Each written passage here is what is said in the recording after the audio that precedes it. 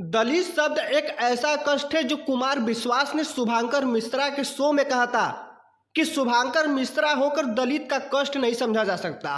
कुमार विश्वास होकर दलित का कष्ट नहीं समझा जा सकता। और ये बात पूरे देश के हर एक नागरिक पर लागू होता है, जो हर कोई इस बात को, इस कष्ट को नहीं समझ सकता। और शायद देश में ऐसे तमाम तरीके के कष्ट भले ही लागू हो, भले ही लोगों के ऊपर ऐसे तमाम तरीके के कष्ट हो, लेकिन वो दलित का कष्ट हर एक नागरिक नहीं समझ सकता। जो कष्ट उसके ऊपर बीतती है, जो समस्या उसको होती है, वो हर कोई नहीं समझ सकता। और 1947 में देश आज़ाद होने के बाद आज इतने समय बाद भी वही दलित समाज को झेलना पड़ रहा है। मतलब कि हम एक ऐसे देश में जी रहे हैं, एक ऐसे समाज में जी रहे हैं जो विकास की बातें करते हैं लेकिन खुद के दिमाग की विकास नहीं करते हैं, जो खुद के दिमाग की विकास नहीं करते और लोग बात करते हैं विकास की। और ऐसे ऐसे तमाम तरीके के जो घटनाएं घट रहे हैं देश में, मतलब कि एक ऐसे पद पर रहते हुए भी इंसान को इस तरह का शब्द, इस तरह का कष्ट झेलना पड़ रहा है। ये अपने आप में कितनी बड़ी बात है। जो कि 7 अक्टूबर को हरियाणा के एक IPS अधिकारी जो खुद को अपने बंदूक से खुद को गोली मार लिया, मतलब कि ये अपने आप में कितनी बड़ी बात है। जो कि कहा जाता है कि एक IPS अधिकारी, एक IAS अधिकारी जो अपने आप में एक चलता फिरता गूगल है, और ऐसे व्यक्ति को खुद को गोली मारने की क्या जरूरत पड़ी। और जाहिर सी बात है, और हमें भी इस बात का उम्मीद था कि ऐसा तो जरूर कोई ना कोई सुसाइड नोट्स तो जरूर लिखा होगा, और हमें इस बात का भी पूरा उम्मीद था कि एक ऐसा व्यक्ति सुसाइड नोट जरूर लिखेगा और किसी भी हाल में लिखेगा। और अंत में वो सुसाइड नोट्स उस व्यक्ति का मिला, और जिसमें 16 अधिकारियों का, जिसमें DGP सहित 16 अधिकारियों का नाम मेंशन है। मतलब कि वो अगला व्यक्ति लिखा था कि हम पिछले 5 सालों से ऐसी प्रताड़ना से जूझ रहे हैं।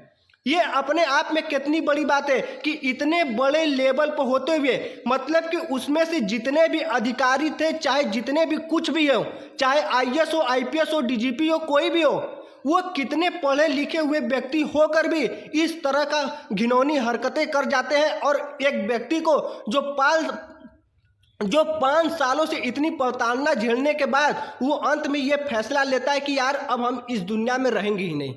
ये अपने आप में कितनी बड़ी बात है। हर कोई बात करता है कि जातिवाद खत्म हो गया, ये हो गया, वो हो गया।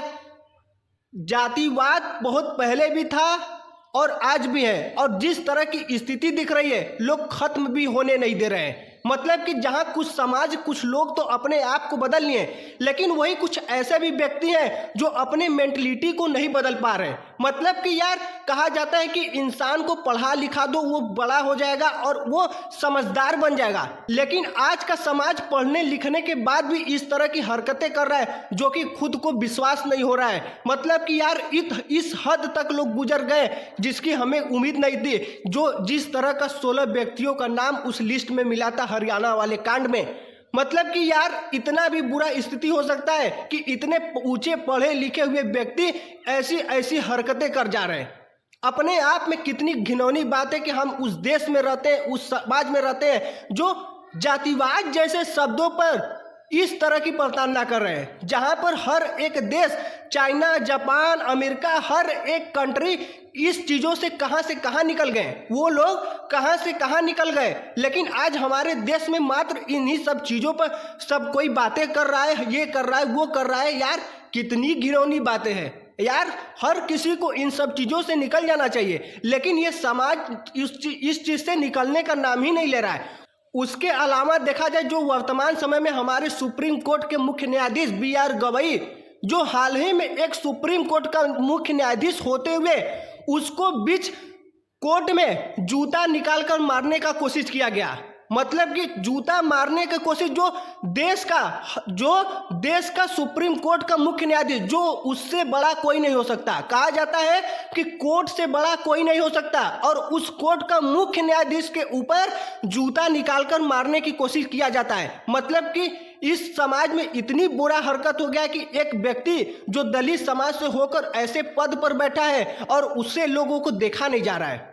तो तो हम समाज को किस उम्मीद से, किस नज़रिए से देखें कि हमारा देश विकास कर रहा है, हमारा देश किस नज़रिए से देखें कि हमारा देश विकास कर रहा है। मतलब कि इतनी घिनौनी हरकतें होने के बावजूद, और ये तो मात्र एक 6 अक्टूबर और 7 अक्टूबर का मात्र 2 एग्जाम्पल है। वैसे तो ये 2 एग्जाम्पल अपने आप में ही बहुत बड़ी बात है, क्योंकि एक आईपीएस अधिकारी के ऊपर इस तरह का हरकत हुआ, एक सुप्रीम कोर्ट के मुख्य न्यायाधीश BR गवई के ऊपर ऐसा कांड हो गया। ऐसे तमाम तरीके के देश में जगह जगह घटनाएं घट रही हैं, जो कि अब पता नहीं चल रहा है, लोग छुपा ले रहे हैं। लेकिन ऐसे तमाम तरीके के गांव में देखा जाए तो ऐसे तमाम तरीके के घटनाएं घट रहे हैं, जो कि कोई भी इस चीज़ से निकलने की कोशिश नहीं कर रहा है। यार हम यही कहेंगे कि इन सब चीज़ों में कुछ नहीं रखा है। आप अपने जीवन को कुछ नए चीज़ों में अपनी ऊर्जा को लगाएं और जीवन में का विकास करें, देश का विकास करें, अपना विकास करें।